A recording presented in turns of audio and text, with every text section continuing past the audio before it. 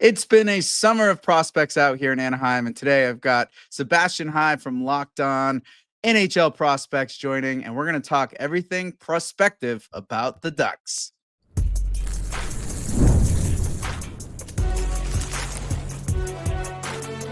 You are Locked On NHL Crossover, part of the Locked On Podcast Network.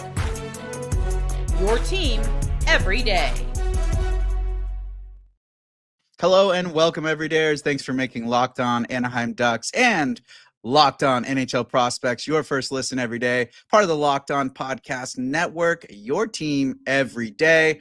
This episode is brought to you by Monarch Money. Take control of your finances with Monarch Money. Use code LOCKEDONNHL and monarchmoney.com for 50% off your first year. I'm Kyle Carr. I'm a lifelong Anaheim Ducks fan. I've spent multiple years covering collegiate sports, including college hockey. But today, as always, on Locked On, we're talking about the Anaheim Ducks. And Sebastian, I'll let you introduce yourself. Yeah, so I'm Sebastian High. I am the colleague over at Locked On NHL Prospects, and I'm also the USA scout over at Elite Prospects. So just took about a month off from the podcast, so you haven't been hearing my voice for a little while now after the draft wrapped up, but we're getting right back into it with 2026 viewings right now. So the draft cycle never dies for us over at Elite Prospects, but today we'll be focusing on mostly last year's draft, like the past draft, the 2025 class with Anaheim, as well as like the other guys that are in the system, because there are some pretty big names and fun prospects in the Ducks prospect pool. It's definitely been exciting. I think the Ducks have been getting rated the top 3 or 4 of the league in regards to their prospect pool the last few years. So definitely a lot of ambitious names trying to make their way into the NHL. And of course, I want to get into Roger McQueen and some of the other senior prospects. But first, I'd really like to get into this last 2025 draft class, especially in regards to the Anaheim players. Is there anyone that sticks out to you that the Ducks pulled this year that you think is going to be a sneaky name, or anyone that's just you were surprised went too high, or whatever thoughts you have? Yeah, I mean, I think it's an interesting draft class. Like, I will say, like, I wouldn't say there's a single player here other than Roger McQueen where there's like absolute home run potential necessarily, but there's a couple really fun swings, I think, in this group. So, like, the one like under the radar one that I'd really like to highlight is a player that I watched a lot of last year. I was mainly focusing on the USHL in my scouting coverage last season, and the player I watched time and time again is someone from my hometown of Montreal. That's Anthony Allain-Samake, who was playing in the USHL last year, and he's making the jump to the college ranks this coming season. And this is a player who skates at a very, very, very high level. One of the smoothest, most fluid movers that I watched in all of my scouting in the past year. And he's a commit to the University of Connecticut, which is also a program where he might have an opportunity to play some bigger minutes within 2 years or so. It's not like he's going to Boston University or Michigan State or one of like the really big hitters. Like UConn is a very strong program, but not dominant. He's also one of the youngest players from the draft class. He's a September 10th birthday, so just 5 days off of being a 2026 eligible. So you're getting a guy with a lot of runway, and he looks it like when you watch him on the ice. He's 6'2", 183 pounds. Despite that high-end mobility, doesn't just have really that like solid base underneath him just yet. Still has to kind of grow that in terms of being strong on his feet. And very interestingly, the production does not jump off the page in any way, shape, or form. 14 assists, no goals in 61 games. But this is one of the more active offensive defensemen in the entire USHL last year. Like, I do not understand how we did not get more secondary assists by just getting some lucky bounces here and there. Like, I think he easily should have had over 20, but a lot of like the decision making under pressure in tight, where like, for instance, he got to positions where you typically see your wingers or your centers have the puck. His decision making just wasn't quite at that pace just yet to be able to keep up in creating chances from those areas. But he was able to get to those and access them like very few other players. So I think he's a player that where you have some very clear strengths, some clear upside. I think like if he really hits, you have like a puck moving number 4, number 5 defenseman, but there's still a long way to go. But thankfully, he has all the room in the world to get to that point. It'll just take him like 5 years or so. But he's an interesting name I wanted to give a shout out to here today. I definitely noticed him at development camp. His skating was very noticeable, but like you said, it did seem like he was kind of getting pushed off the puck a little easier than the rest of his peers.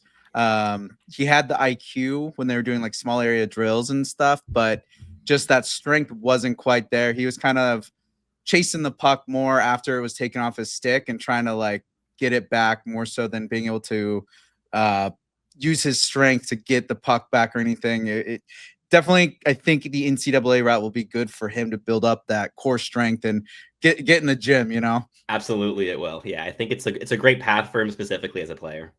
What do you know about Eric Nilson? Because he is one at the development camp that, I mean, there's a lot of comments on social media about him not smiling in any of the pictures during the draft, and he just seems like a very serious guy. But then seeing him at the development camp, like he was very serious about his game. He had a chip on his shoulder, like he was very aggressive in every drill. He was just trying to win every battle he could. He seemed very much trying to prove something. Is there something there with his career upbringing that maybe he feels he needs to earn that spot more?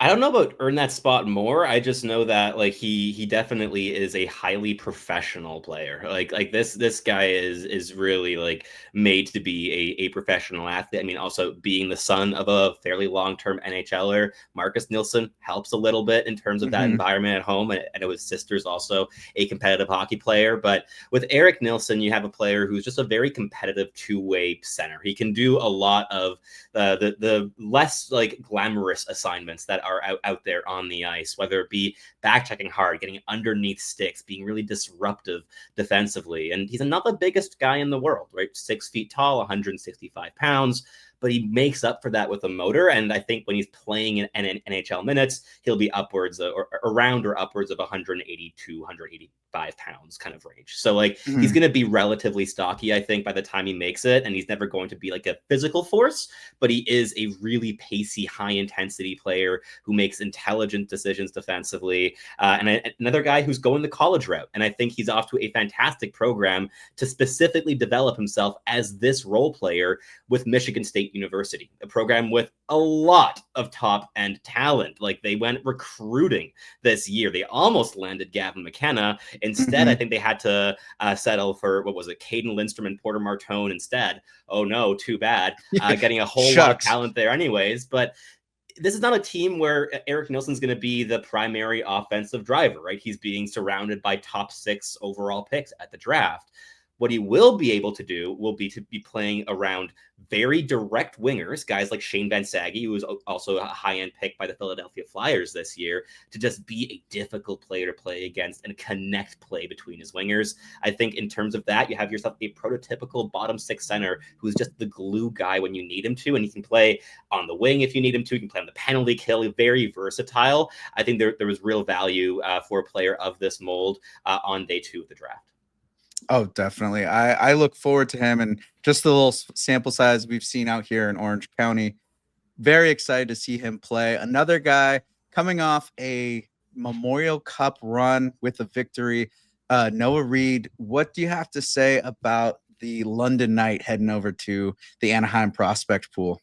Yeah, like this is another guy who I think really embodies energy and speed. Like he has some physical flashes in his game as well, but he's just difficult to play against down low in the gritty areas. He gets to the net front, has a quick release. He's able to shoot off the turn, do a lot of these things to just make plays happen really quickly at a very high intensity in the dirty areas. So I think he's a player that, again, kind of embodies a lot of what Anaheim's been trying to build around their like bottom 6 forward core, whether it be be players that they're acquiring for their team now or players that they're acquiring for the future of the organization. And he's also a player that I think has some runway to discover a bit more offense in his game. Like, this was an OHL rookie last year. Like, he only has 45 career OHL games under his belt. He's playing in the Greater Ontario Junior Hockey League prior to that, and was actually also under a point a game. Like, he's never going to be like a line driver, like highly dynamic player, but I think he'll be able to be a role piece wherever he is. I don't think he's ever going to be like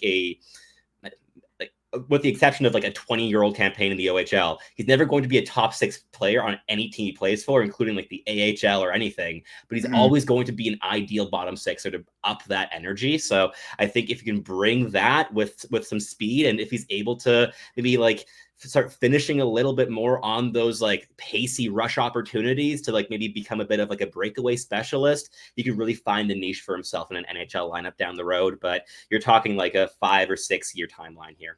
Okay. So definitely some bright future in Anaheim coming up. A lot of guys to keep an eye out. But after the break here, we're going to get into some players that could potentially be donning the orange this next season right after this. August 26th is officially FanDuel Futures Day, a brand new holiday for football fans who live for bold predictions and preseason hunches. For just 24 hours, FanDuel is giving you deals on NFL season predictions. So whether you're calling your MVP, eyeing a long shot division winner, or ready to crown your Super Bowl champ before week 1 even kicks off, this is your moment. So take a flyer on the MVP race like Jake Allen taking the MVP.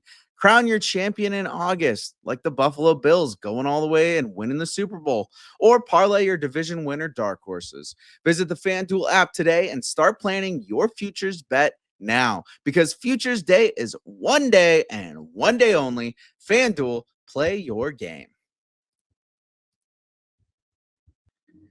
We are back now. We're going to get into the potential NHL prospects in the Anaheim pool with Sebastian High from Locked On NHL Prospects to talk about who could potentially get into the NHL this next upcoming season. Sebastian, is there anyone that's sticking out to you? I mean, I think there's the obvious name in terms of like Beckett, Sennecke, where there's some degree of hope or expectation that he could push for a spot in camp.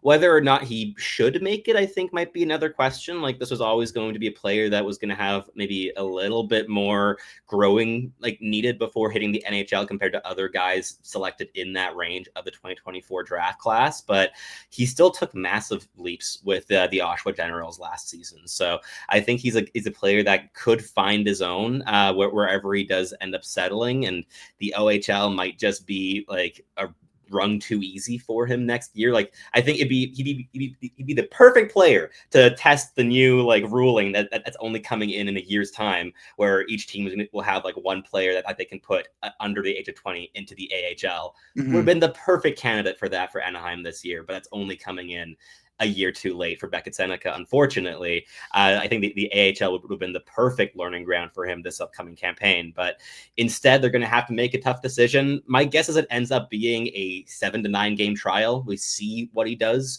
with the Anaheim Ducks early in the season, and he gets some power play opportunities, and then you kind of see if he wins himself a spot or not. But if he goes back to Oshawa, look for him to be one of the most like individually dominant players in the entire CHL next season, which could also be a lot of fun to watch if you're an Anaheim Ducks fan.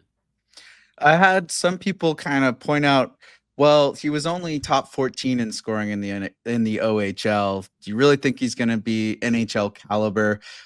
What do you think it'll take for him to prove that he's a player that should be in the NHL during training camp?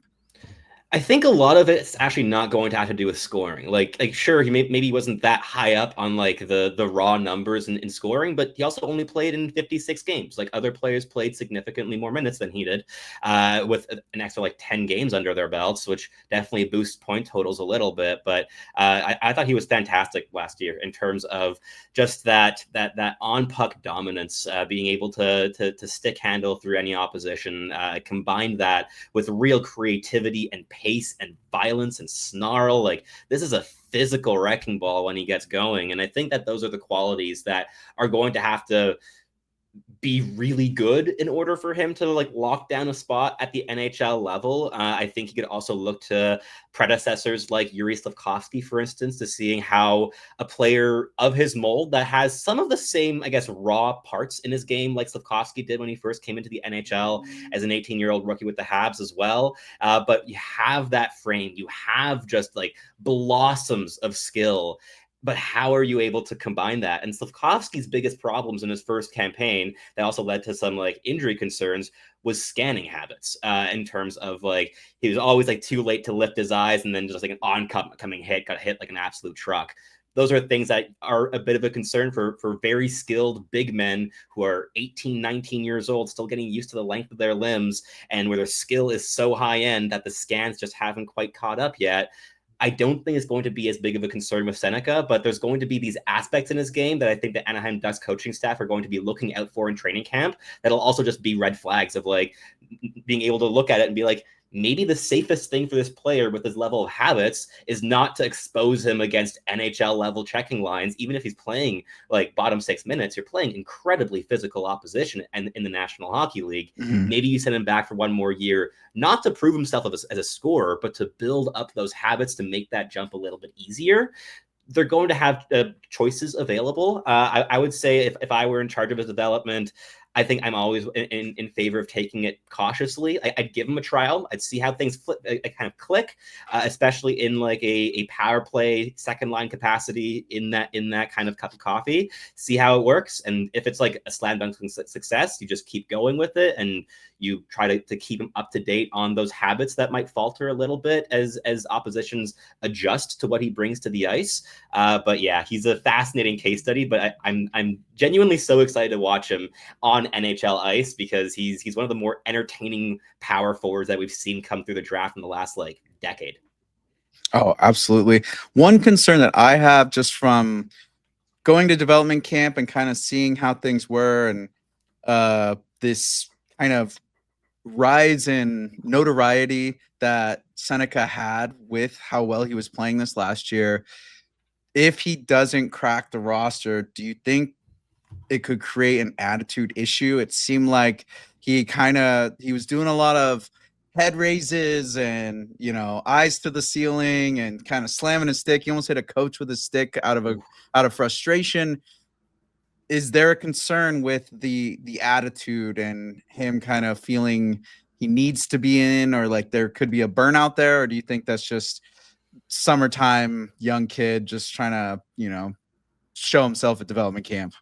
I would say it's that, right? I think that, like, especially at that young of an age, the line between hyper competitiveness and like disregard for the safety of people around you with your like aggression or frustration, that gets very blurry very quickly, especially when you're really trying to prove yourself. You want to win a spot with everything you've got, and you're also trying to not just prove to the organization, but prove to yourself that like you are worth a third overall pick. Like, we all remember the reaction on draft day. Like, that was not his expectation at all in the moment itself, right? So I think that there's definitely those elements too, but you see this with players like in this age range all the time in terms of frustration and getting down on themselves a little bit, and like maybe the shoulders like slacking off a little bit in those moments. I think with Beckett, Sennecke, give him time, he will mature. I think in terms of everything I've heard in terms of like attitude, everything I've perceived in scouting in terms of like body language and like highly important moments in the season, I have no concerns with Beckett, Sennecke in terms of being like, where the attitude is any more of an issue than your average prospect. So I'm quite hopeful that he'll be able to take whatever assignment he ends up being given this season perfectly on the chin and just like keep moving forward and working towards his eventual goal. Because I think either way, like whichever way his path diverges at the beginning of the season, I think it will reconvene at the same place in the end. I think he will end the season playing NHL minutes with the Anaheim Ducks. How he gets there, we will see. I think either way, he'll be able to grow his game in potentially different ways. In one way, he'll be able to practice his dynamic skill a bit more. And in the other, he'll be able to grow some of those like physical habits and resisting contact at a higher level. And I think both of those are things that, if you're a Ducks fan, are exciting when you look at what he already brings to the ice. Well, another player that the Ducks fans and San Diego Gulls fans got to get a glimpse of last year was Ian Moore. What are your thoughts on his ability to break into this NHL league? Yeah, I think Ian Moore is a fascinating player. Like the combination of him and Stian Solberg, you have a left and a right shot defenseman just coming through into your organization who are already looking like really, really good AHL defensemen off the drop and might be contending for an NHL spot this season as well. With Ian Moore, it's a 6'3", 194-pound right shot defensive profile. You always love to have those in your organization. And what makes him so impressive at this point, it's just he's such a cohesive player at this point in his career. As a draft eligible, he was pure chaos. He was trying to do everything and could just do a couple things okay at once, but he could flash each individual thing really quite brilliantly.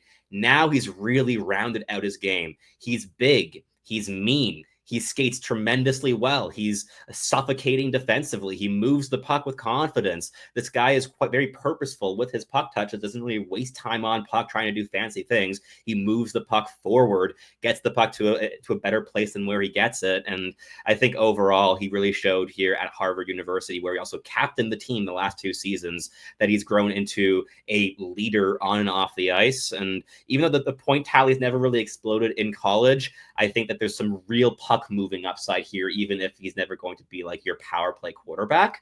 And Stian Solberg, I think, could be a fantastic future pairing mate for Ian Moore, if you want to look at it that way. But either of these players are, I think, very versatile and could be paired with a number of different guys in the system. But Solberg is like, he's an athlete, like the like mantra I always had for Stian Solberg in his draft year. And I was really high on this player. I think I had him like top 15 or top 16 on my board going into the draft in 2024. It was always that, like, he hits like a truck, but he moves like a bee. Like, this guy he moves incredibly well. He's so mobile. He's able to adjust in split seconds. He's really quick. He's really heavy.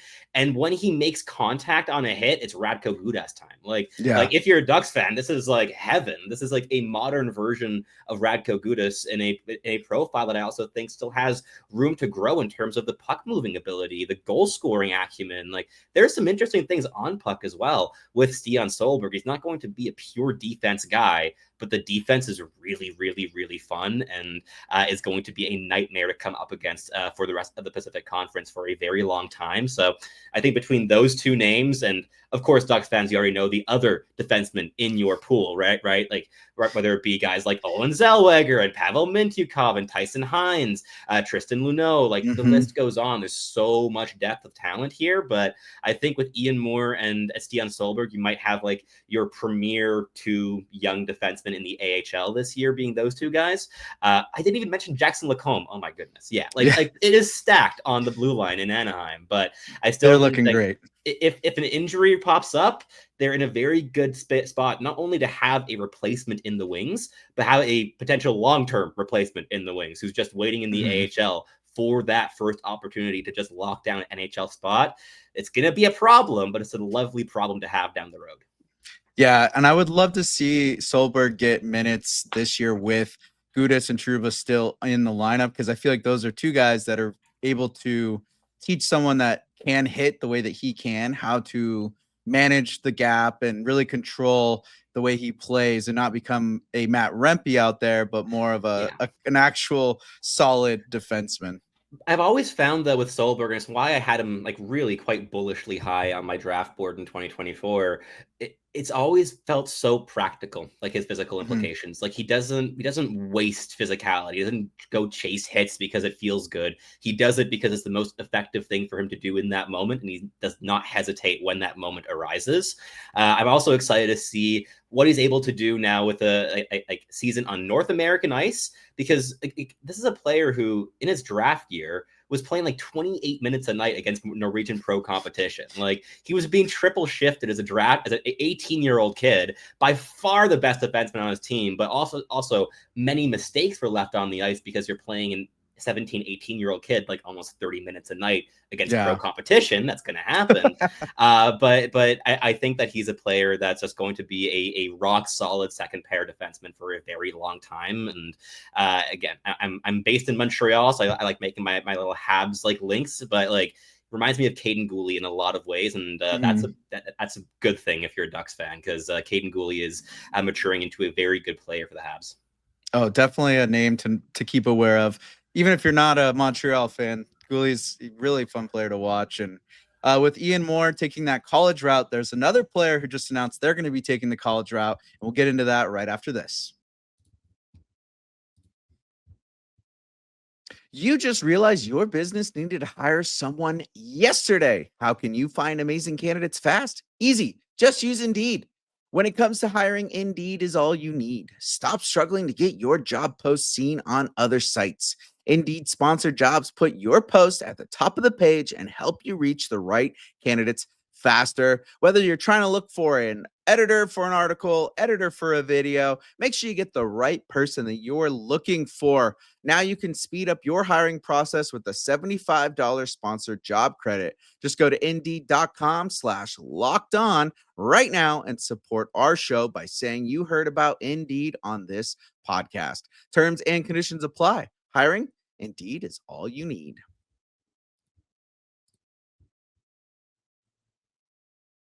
All right, we are back, and I have Sebastian High here, Kyle Carr. We are talking about the prospect pool for the Anaheim Ducks and the pick that Anaheim got first round this year, number 10 overall, was Roger McQueen, the new Lightning McQueen. And it was just announced that he is taking the path of least resistance by going to Providence, becoming a Friar. Sebastian, what are your thoughts on this? Is this the right choice? Is he on the right path right now? Taking the college route makes all the sense in the world right now if you are a prospect and confident in your abilities of being able to hang with the college group. And I mean, any player drafted top 10 should probably be able to do that. And Roger McQueen is no exception. He's a really special talent and a player that I was a very big fan of this season. One of my favorite players to watch, who unfortunately did miss quite a bit of time to injury over the course of the campaign, but still a guy that was just electrifying with his handling ability, the physicality, the intelligence and creativity he had with the puck on his stick. Like, there's just so much to like with Roger McQueen, and I think that the entire media op with Lightning McQueen at the draft was just beautiful. I had a lot of fun with that. But he ended up as my like 9th ranked prospect at the draft, but still he was in a tier that was incredibly like up in the air. Like I had Carter Barrett 5, Caleb Desnoyers at 6, Victor Eklund 7, and Jackson Smith 8. If you put McQueen at 5 there, I have like no big complaints really. Like those names were just very, very tight for a variety of reasons for me. But I think that with McQueen, you're getting the highest individual upside of all the players that were really left available, apart from James Hagan. James Hayes went up beforehand. In my mind, yeah.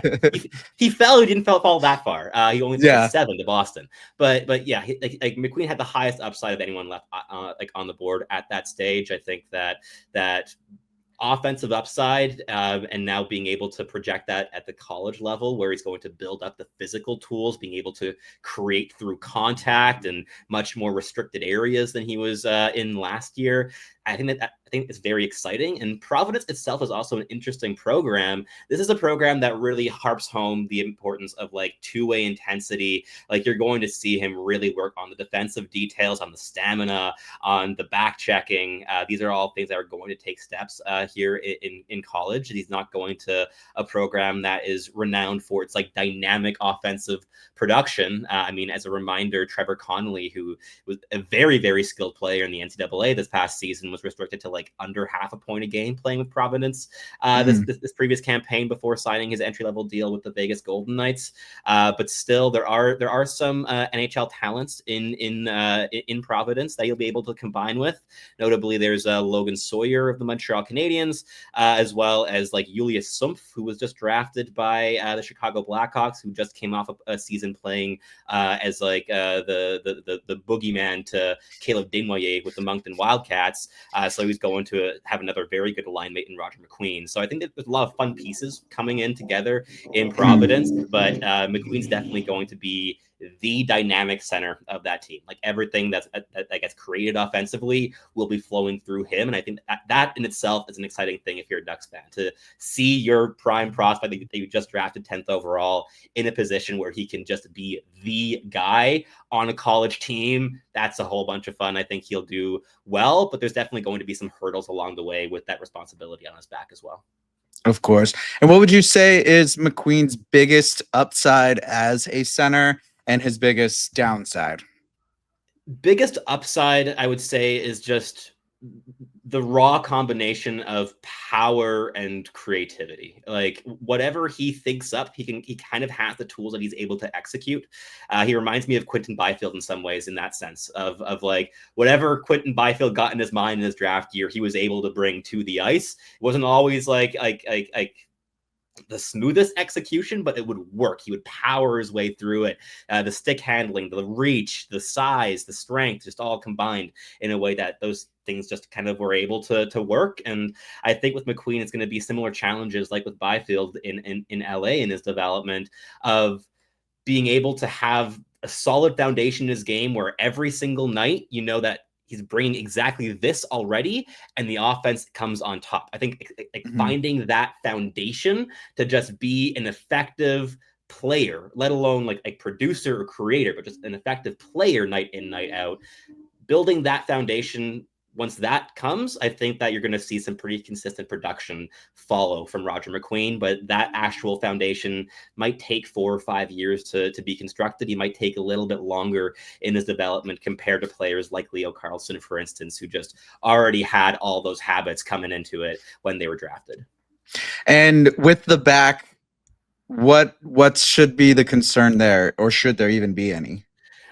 I mean, look, I don't have access to the medical files. I'm sure the Anaheim Ducks staff know a lot more about this than I do, but I would say, like, when he came into the draft, he was at 100% healthy. And one thing I really respected with his approach and his team's approach to his recovery this season, there was no rushing it. It was entirely like, we are waiting until you are 100% for a couple of weeks' time before we're entertaining bringing you back. Like we're really going to take this slow and steady. We're not going to make the same mistakes that we saw happen with like Caden Lindstrom last year, where he was rushed back a little bit, re-aggravated injury, out for an extended duration afterwards.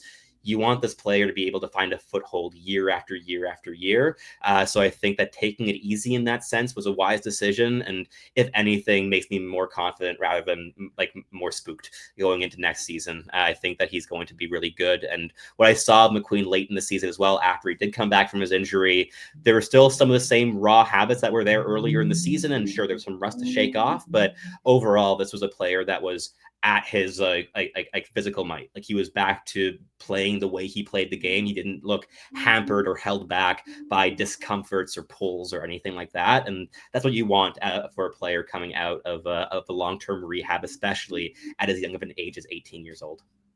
Absolutely. Well, Sebastian, that is all the time we have today. Thank you so much for joining me. Any predictions for the Ducks this year? Who's going to be their top guy? What's your thoughts on the Ducks? Are they going to the playoffs?